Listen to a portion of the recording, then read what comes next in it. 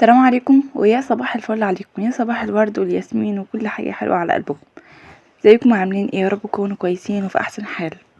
النهارده ان شاء الله معانا فيديو. انا خرجت النهارده اول مرة كده من بعد ما الشمس طلعت. بقالنا فترة كبيرة قوي يعني الشمس غايبة عننا كتير. فقلت خلاص بقى اول ما طلعت كده قلت لا لازم اخرج بقى في الجو الحلو ده ونتشمس شوية كده انا وولادي وكده. طبعا الشمس لها فيتامين حلو جدا جدا، فيتامين الدال اللي هو لازم اصلا يكون يعني بناخده دايما من الشمس. كل حاجة سبحان الله لها فوائد. فانا اول ما شفت بقى الشمس حلوة قلت لا تعالوا بقى ايه نخرج وندلع كده شوية. عديت برضو على الميني ماركت جبت لهم شيبسي وجبت مية، وانا كنت عامله شاي ليا. قلت بقى ايه يعني فطرنا وقلنا نمشي، وقلت اخد الشاي بتاعي واروح افطر ايه في البتاعه دي اللي هي الحديقه دي. يعني تمام، هي حديقه صغيره جنب البيوت كده، بس يعني بيروحوها كده يعني ياخدوا اطفالهم وكده ويروحوا. المهم بقى اخدنا كل حاجتنا كده ورحنا كده ايه. اخدت ابني ركبته العربيه بتاعته وابني التاني، وخلاص كده بقى كان المشوار بتاعنا. لعبتهم بقى شوية يعني، اتمرجحوا شوية اتزحلقوا شوية قعدوا يلعبوا شوية بالكورة. يعني كنوع من انواع التغيير، ويعني احنا طبعا ما بنروحش لحد، فيعتبر ده يوم الترفيه اللي عندنا. يعني احنا واحنا في مصر كنا بنروح مثلا لامي لاختي كده. بس بقى يعني خلاص مفيش حد هنا، فخلاص قلت بقى ايه يبقى يوم ترفيهي وكده ودلع، ونروح نشوف الزرع والخضرة، الحاجات الحلوة اللي تفتح النفس دي. بس كده يا بنات، وبعد كده لميت حاجتنا بقى كده، قعدنا حوالي ساعة ولميت حاجتنا وروحنا. وقلت اروح بقى علشان نعمل ايه الغدا بتاعنا. الغدا بتاعنا النهارده ان شاء الله هيكون كفتة ورز اللي هو بديل البسمتي. ان شاء الله اكله حلوه جدا واكله سريعه، وانا بحب قوي اعمل الكفت والحاجات دي، بتبقى طعمها حلو وفي نفس الوقت بتكون سريعه. فزي ما بقول لكم كده الكفت والحاجات دي بتبقى يعني من اسهل الحاجات اللي انا بحب اعملها. ما بتاخدش وقت كتير في السوا، ومنجزه كده، وفي الاخر برضو بتكون طعمها حلو وانا اصلا من عشاق الكفته، يعني بحب الكفته جدا. فهنا بقى يا بنات قطعت بصلتين كده، 3 بصلات باين. استنى يا بابا. قطعت بصلتين وفصين توم وابتديت بقى اللي انا افرم فيهم كده بالهاند بلندر بتاعي. وخلاص على كده، بعدين صفيت الميه. وبعد كده اول ما صفيت الميه اخدت الميه، حطيت فيها شويه ملح وشويه فلفل اسود وكمان معلقه صلصه وخلاص كده. والبصل بقى حطيت عليه البهارات بتاعته، كمون وفلفل اسود.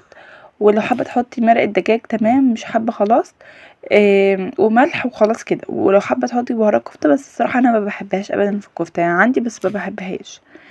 المهم اللي انا زي ما انتم شايفين كده فرمت كل البصل بتاعي بالهاند بلندر، وخلاص كده فرمته ونعمته كويس قوي. وبعد كده رحت علشان اعمل بقى اللهم صل على النبي. اجهز اللحمه. انا كان عندي حوالي كيلو الا ربع من اللحمه، حطيت عليهم الثلاث بصلات دي على كل ربع كيلو بصلايه تمام. وفص توم برضو على كل ربع كيلو فص توم، بس انا حطيت فصين بس. هنصفي بقى كل البصل بتاعي ده، واهم حاجه التصفيه يا بنات، علشان يعني التصفيه دي هي اللي يعني بتخلي الكفته معاكي بتمسك نفسها، مش بتقع منك من على السيخ لو انت هتعمليها سياخ يعني. صفيناها كده وظبطنا كل حاجه، ورحت جبت اللحمه بتاعتي حطيتها فيها وعجنتها عجنه محترمه، وكمان حطيت فيها شويه بيكنج باودر بتخليها حلوه، يعني بتخليها هشه كده شويه ومش يعني مش مكتومه قوي من جوه. البيكنج باودر بيخليها هشه يا بنات، يعني دي الفايده بتاعته. حطيت هنا معلقه ملح، معلقه كمان فلفل اسود ومعلقه كمون. انا بحب قوي على فكره الكفته بتبقى بالفلفل الاسود والملح بس، يعني هي احسن حاجه تعمليها كده. بس بحب احط نكهه الكمون لان احنا بنحب الكمون اصلا. فزي ما انتم شايفين كده هو بس اساسها الملح والفلفل الاسود بس. وحطيت كمان معلقتين كده من البقسماط، وشويه من رشه اسمه ايه ده البيكنج باودر. وخلاص قلبت كل المكونات دي عندي، وقلبت جامد كده وخليتهم يعني ايه محترمين كده. ورحت جبت الصينيه بتاعتي، والنهارده ان شاء الله هسويها على البوتاجاز، مش هسويها على الفرن. يعني قلت النهارده هسويها على البوتاجاز، وما شاء الله كانت تسويتها في منتهى الجمال، كانت حلوه جدا جدا. المهم زي ما انتم شايفين جبت الصينيه بتاعتي. الصينيه ديت بغطا، فانا بحب ان انا استخدمها علشان هي بغطا بالذات في البوتاجاز والحاجات دي. المهم يا بنات جبنا اللحمه بتاعتي اهيت يعني بليت ايدي كده من الصوص بتاعي اللي انا حاطاه ده، اللي هو ميه البصل. حطيت معلقه صلصه وكمون وفلفل اسود وملح ورشه زيت. تمام. اخدت بقى شويه منه وابتديت اللي انا ايه اصبع كده على اللي هو اسمه ايه ده، المعالق. تمام. صبعت كده على المعالق زي ما انتم شايفين، ولا ده معايا سيخ، بتهيألي سيخ ولا معلقه، انا مش فاكره والله. المهم اللي انا بصبعها على حاجه، انا يعني لازم اصبع الكفته بتاعتي على حاجه علشان تبقى مفرغه كده من جوه وتبقى طعمها حلو في الاخر. صبعت كل الكميه بتاعتي وعملت ما شاء الله صوابع كده تخينه وحلوه وطويله، ما شاء الله كان شكلها حلو جدا. رحت حطيتها على البوتاجاز وابتديت ان انا اعمل الاكل بتاعي. زي ما انتم شايفين كده حطيتها على نار يعني هاديه شويه، وبعد كده ايه رحت حطيت معلقه زبده ومعلقه زيت، وحطيت لسان العصفور، وبعد كده حطيت كوبايه الرز بتاعتي، كوبايه لسان عصفور وكوبايه رز. تمام. وابتديت ان انا اقلب فيها لحد ما ياخد لون، وبعد كده هنزل عليه بالبهارات بتاعتي. المهم يا بنتي اللي انت لازم تقلبي فيه كتير وتسيبيه شويه اللي هو ياخد لون. انا عايزه اللون اسمه ايه ده، لسان عصفور والرز يكون لونهم بني، او اللي هو الذهبي ده زي ما انتم شايفين كده. تقلبي فيه ولحد يعني كل ما تقلبي فيه يفرفر معاكي ويبقى حلو وما يبقاش معجن. حطينا كده معلقه من الملح، وحطيت كمان نص معلقه مرقه نص معلقه مكعب مرقه دجاج، وحطيت كمان معلقه كبيره من البهارات الكبسه او البرياني اللي متوفر عندك،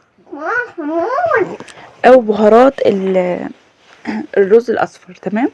يعني اللي تفضلي. هو على فكره انا سالت اللهم صل على النبي العطار قبل كده وانا في مصر، قال لي هي البهارات دي كلها بهارات واحده، بس هما بس يعني ايه انت تروحي تقولي لهم عايزه بهارات برياني يدولك هي البهارات دي، عايزه بهارات رز اصفر يدولك. ماشي. هخلص واطلع بره. والله يا بلادي دول حاجه استغفر الله العظيم. المهم يا بنات اللي انا قلبت كل الكميه بتاعتي ديت، وقلبت برضو البهارات في قلب الرز، وبعد كده نزلت عليهم بالميه عادي جدا. نزلت عليهم بكوبايتين ميه، كوبايتين كبار كده محترمين يعني. هتشوفوا معايا الكوبايه بتاعتي، الكوبايه دي يعني حوالي الكوبايه ديت عامله مثلا نص كيلو حاجه زي كده.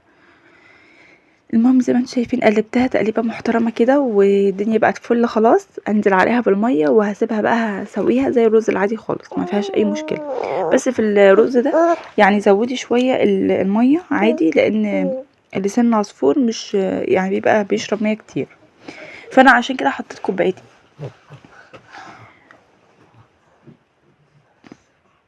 وبس كده، وهسيبه بقى زي ما هو كده واغطي عليه واسيبه لحد ما اشوف الكفته بتاعتي برضو اخبارها ايه وكده. هي اول ما خلاص هي نزلت الميه بتاعتها، هقلبها برضو على الجهه التانية علشان برضو زي ما الجهه اللي تحت شربت الميه او اللي هو الشوربه بتاعتها، الجهه اللي فوق برضو تشرب نفس الشوربه بتاعتها علشان تبقى كلها سوا واحد وطعم واحد.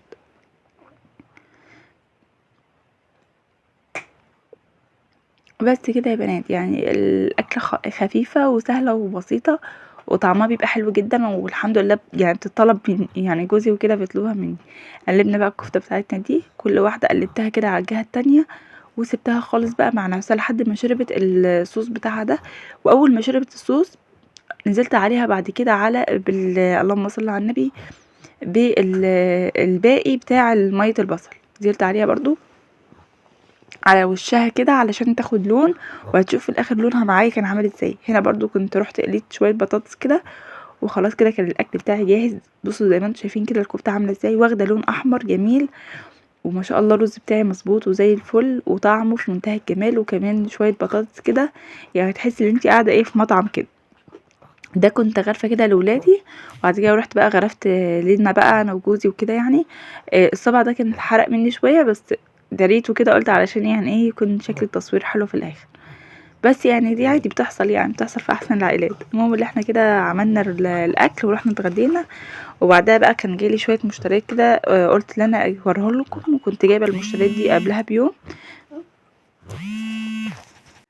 كنت جايبه المشتريات دي يا بنات قبلها بيوم او لا يوم على الصبح خالص بدري، لان كنا خرجت انا وجوزي وكده ورحنا جبنا المشتريات دي. المهم اللي انا جبت هنا نظاره نظر، وهنا كنت جايبه فاونديشن واخيرا لقيت درجه على نفس لوني اخيرا. يعني جبت كمان المج ده جميل جدا، ده كان سعره يورو ونص، والفاونديشن ده كان سعره 2 يورو. جبت كمان ديت هي صاج سعرها 2 يورو، جميله جدا، جربتها وفي الغسيل بتاعتها جميله ما شاء الله.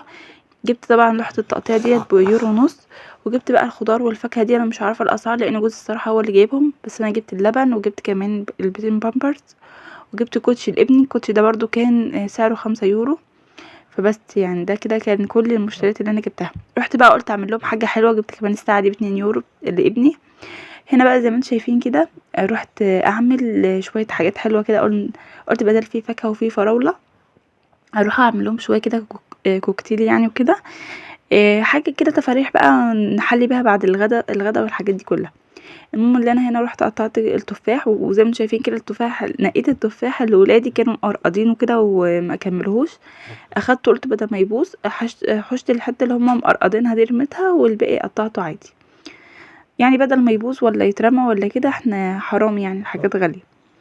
فقطعته كده بالشكل ده وبعد كده قطعت الكيوي وكمان قطعت الفراوله وعملت برضو عصير من الفراوله وبس. ده يعني انا ما كانش عندي موز الصراحه، ما كناش جايبين، فقلت خلاص انا يعني هاخد كده الحاجات دي بس، يعني هقطع كيوي وتفاح وفراوله وخلاص. وكان حلو جدا يعني الحمد لله.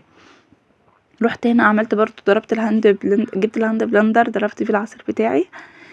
عندي هنا شويه كده فراوله حطيت عليهم سكر وضربتهم كويس قوي، ونزلت على طول على بتاع الفاكهه بتاعتي وبس، وغطيت عليها وسبتها بقى كده. يعني لما بتسيبي بقى الكوكتيل ياخد ويدي كده مع العصير بيبقى حلو جدا وبيبقى مسكر وبيبقى طعمه ما شاء الله. انا خدت كده كوبايه في الاول كاسه كده صغيره لابني، بس صراحه ما كانش حلو قوي زي ما كان بعد الغدا بجد. يعني كان العصير كده خد وده مع الفواكه وما شاء الله كان طعمه زي المانجا كده حلو قوي. اخدت كده كوبايه صغيره كاسه كده صغيره ورحنا اتغدينا. وهنا برضو كنت حابه ان انا اوريكم اللبس اللي انا جبت البيجامه دي.